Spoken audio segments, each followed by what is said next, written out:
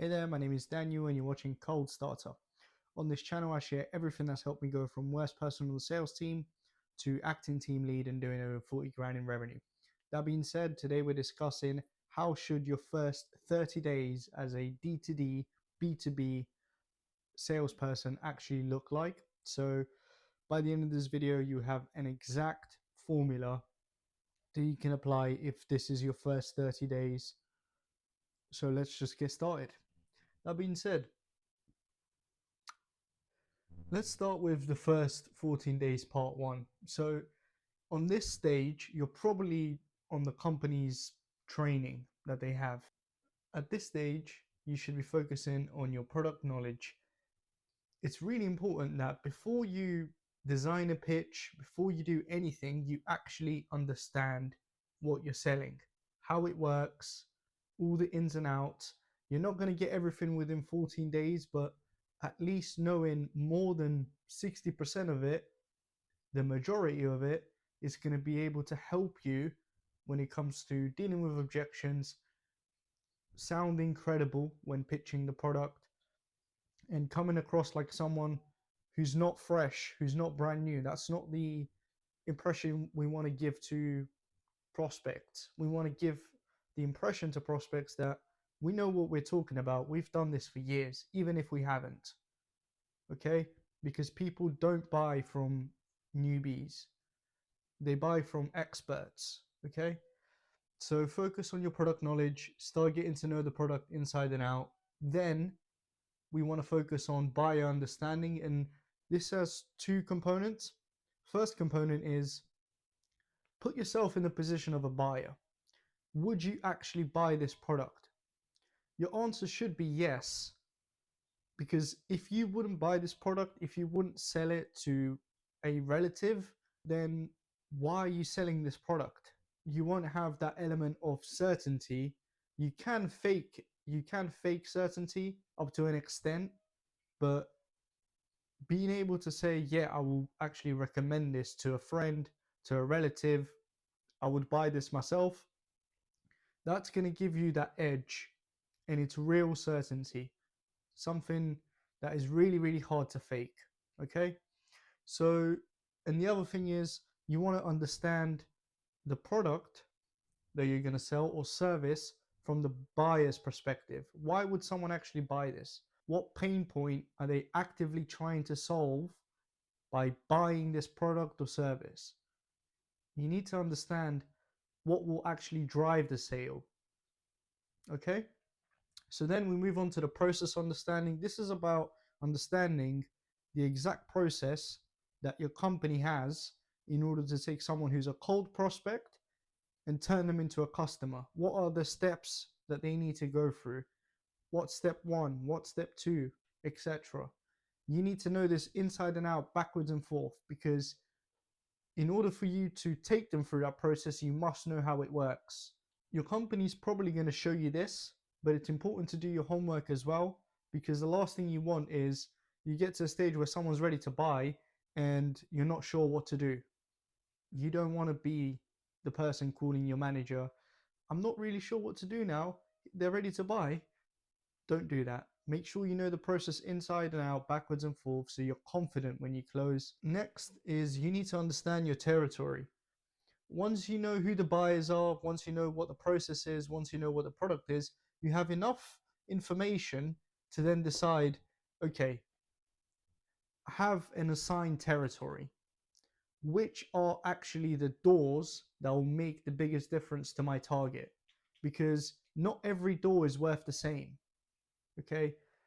Some doors are worth much more than others, especially in B2B, depending on what you sell. I know for me this was true. Some doors were just a waste of time.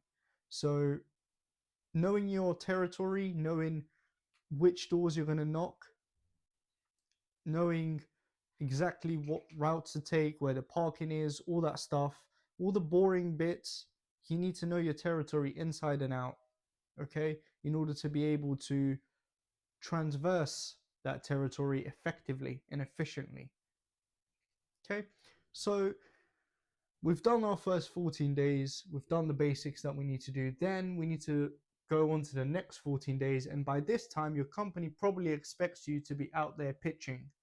Okay, so it's different for every company, but usually they have a 30-day process.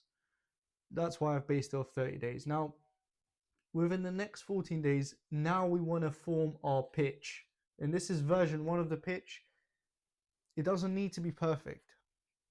It just needs to be something that you can go out and test, because eventually this will go from version 1 to version 7 because you haven't tested it. You need to go out and test it first, but form a basic pitch that you can go out and test and refine. Okay, all we're doing is we've got a basic one going, and then after that, based off the responses that we get, we start to tweak it until it gets perfect. But you won't get it perfect first time around. You just need something to go with. Okay, now next is the sales understanding, and this is about understanding what the buyer needs from you when you're selling the product or service in order to be able to buy. Okay, what components do they need from your company, yourself? What specific features, what is the difference between you and all the competitors? That's part of the product knowledge, but it's something that you need to know so you can outline the specific differences when the time is right. This doesn't mean you go out and start pitching features. We don't focus on that. We focus on pain. But you need to know what specific things are going to be able to turn that buyer into someone who's very happy to buy because of a certain thing that your company has. For my company, it was, we're a one-stop shop. We do everything. So you can manage your whole account with us in terms of all your utilities: gas, electric, water, insurance, finance, etc. We manage everything for you, and you have one person who deals with all of it. That was one of the specific features. Okay. Now, next, we're going back to product knowledge. At this point, you'll be out there pitching, so you need to keep learning the product. You're not going to learn it in 14 days. And the more you go out there, the more you practice, the more this needs to evolve to a point where you're so confident you can pitch it, it becomes second nature. That's how important the product knowledge is, because it makes a real difference when you sound like an expert instead of sounding like someone who doesn't know what they're selling. Now, then we focus on the process again. We want to understand what parts of the process are actually important, because some parts of the process that your company may first outline to you might be redundant. I don't know. But you want to know, what's the most efficient way I can take someone from a cold prospect to a happy customer? You don't need to take, if your company has 12 steps, maybe you don't need 2 of them.